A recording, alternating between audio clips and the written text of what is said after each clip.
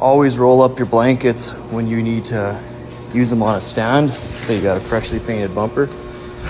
They're a lot easier to store and they're a lot easier to unravel. Not only that, it's actually easier to even quicker to roll up than fold. That one's huge, so it's folded. But just roll them up, nice and orderly, easy to grab. And now you don't scar up your freshly painted bumper when you assemble it, put everything back on. Good as new, little dent right there. Look at that metallics, looks real good. Blend the fender, new bumper, time to go. Is there any better feeling than driving through some fresh powder like this? Just so soft and smooth. It's nice.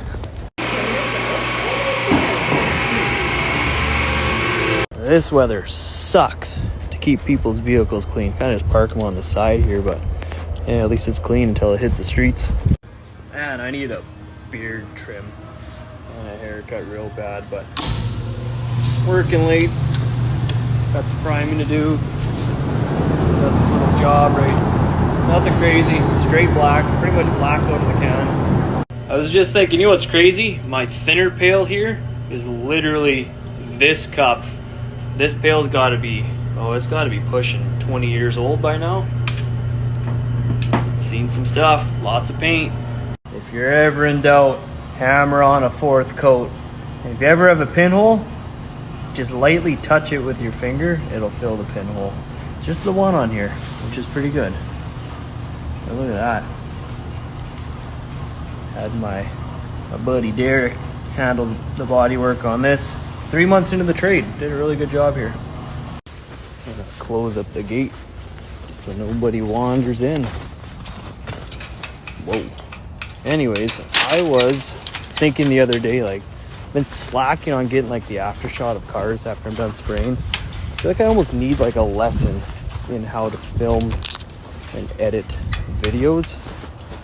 More specifically, how to make cars look really cool after it's all done, washed, and shiny. So if anybody's got some advice, because I see guys who do lots of car content and they make things look really cool. They can make the most basic car look awesome. That's what I want to do. Like in the booth, whatever, but it's like those slow-mo shots that are panning and whatnot. I want to get better at that, but I'm not exactly sure like what are the basics to know on that. So if anybody, again, has any tips, let me know. Like I'm going to try and put an honest effort into doing it. And I think the best way to do it, from what I can tell, is literally just copy. Find a really cool video and just copy it shot for shot. Yeah, I mean, what else are you gonna do? It's not like it's gonna be like a for sure like direct copy, because it's gonna be my own stuff and my own personality kind of sprinkled on top. But that's how I kind of started with making all these videos and whatnot. I'd seen somebody in the booth and I was like, I want to do that. How is he doing that? Oh, he's just holding onto his phone in his other hand and spraying. Okay, let's try that. And then the rest is kind of there. I just kind of went to town on it. Today I had a guy, he tagged me, he's like, I'm going to try filming and painting at the same time, just like me. And it's kind of like nerve-wracking at the beginning, because you're trying to look through your phone at the same time as painting, and then you want to get the perfect shot. But eventually you just get to a point where like, just kind of shoot and hope, but you kind of get the technique down where you pretty much get it every time, and you can just solely focus on the job at hand. But when I started posting, I was getting 5-6 followers a day, whatever. And I got help from Nomadic Stories, Ali. He helped a ton, just give me that basic knowledge of how to edit and film and kind of tell a story about what's going on in what you're trying to shoot. And literally, I started posting day 1, day 2, day 3 of switching up my style of editing and filming, changed everything. I've been slacking on kind of going more effort into the videos and kind of going back to like just making it look really satisfying instead of having a whole bunch of edits. And I always found that was lots of fun. But as soon as I started that with more edits and just how to splice and cut everything in, after day 3 I was gaining 40, 50 followers. Eventually I was getting hundreds a day at one point, and it was just like the most insane thing to ever happen. So all of a sudden my page is blowing up because I was kind of leaning into that satisfying thing that you see with the color changing, or the clear going from dull to shiny. But then I also had the quality just like go tenfold, and my page just kind of blew up, and I'm kind of here now thinking like this is the most insane thing, like on all the platforms. Like it's just like the growth has been insane. I honestly cannot believe it. So I guess thank Ali for really showing me, even if it was just the basics of how to do this stuff. I'm not a pro videographer by no means, but I think I do all right. But it's just like blows my mind where I'm like, I just kind of want to showcase what I'm doing, get marketing for the shop. Like we're a small shop, family ran, this small business, just trying to do the best we can. We put out quality work, and you know, we pride ourselves on our service and all that. I'm like, I'm just gonna try and show that out in the world. And just getting the professional help was huge. Now it's kind of just morphed into this thing where like I'm meeting and talking to people from all over the world. It's absolutely insane. Like getting questions from people like, hey, how do you do this? How do you do that? And just like people are asking for my opinion. And it's so strange to me, but like I love it. I love being able to help everybody that messages me, whether it's Facebook, Instagram, TikTok, YouTube, like any platform. It's just really cool to just like help people out when I can. I get so many comments now, it's like it's impossible to keep up at this point, but it is so awesome when then somebody, I always want to know like how it turned out, and then they just say, hey, like what you said worked. I'm like, sweet. Like I feel like I'm getting better at explaining things and teaching. Like find when I'm helping the new guys around the shop, like I'm getting better at expressing what I expect to happen in the job. And it's been kind of a cool experience, an eye-opening experience, and I feel like it's made me better as a tech. I definitely don't want to stop what I'm doing, because like I really enjoy making videos. I remember in high school, like you'd be at computer class and we'd have to screw around making videos, and I made some really stupid videos, like just like dumb edits of like hockey and, you know, gaming and whatnot.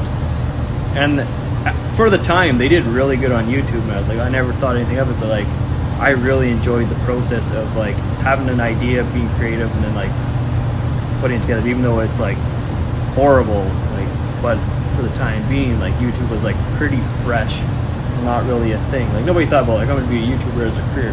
I don't even think like that anymore, but I really enjoy making videos, like just the back end of things, even just like setting up the phone and trying to get the most perfect shot to make things look as satisfying as possible. I love trying to accomplish that. And even aside from trying to make it look as satisfying, because I mean everybody likes satisfying content, it's stuff that goes viral, right?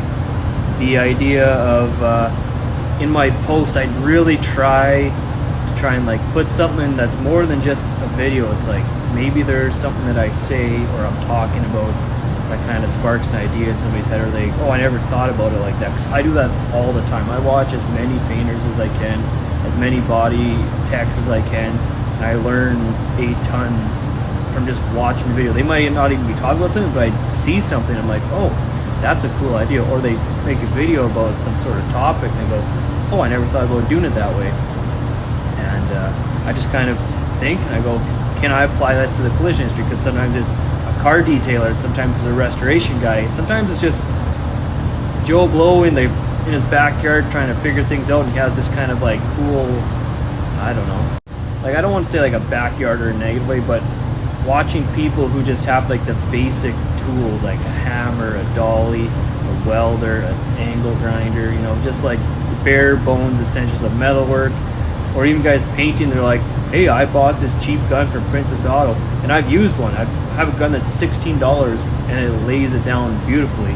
The only downside is I don't know how long like it's going to last. Like obviously if you buy like higher end stuff, it's going to last a lot longer. But like for a $16 paint gun, you know, you get 20 paint jobs out of it, and does a good job, and the 21st one, it just breaks on you. It's like you only spent $16. You go buy another one.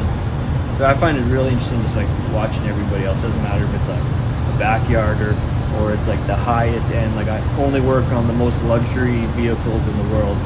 There's always something to learn just by watching somebody else's video. Let's try and make a movie. There's the hood. I'll try and do a cool edit. Literally all I'm using, cheap tripod and a cheap light from Amazon, something that holds my phone. That's the setup. That's what I'm working with. So let's get to it. I'm trying something a little different tonight because I didn't have a good time with the last set of cups, the Colad cups. And this is kind of how it's going right now. I'm just pretty much scrapping these completely. There's a time and a place for this style of cup. It has that straw in there. But for what I'm trying to do, which isn't something crazy and out of the ordinary, this just is not working for me. I can't make these work.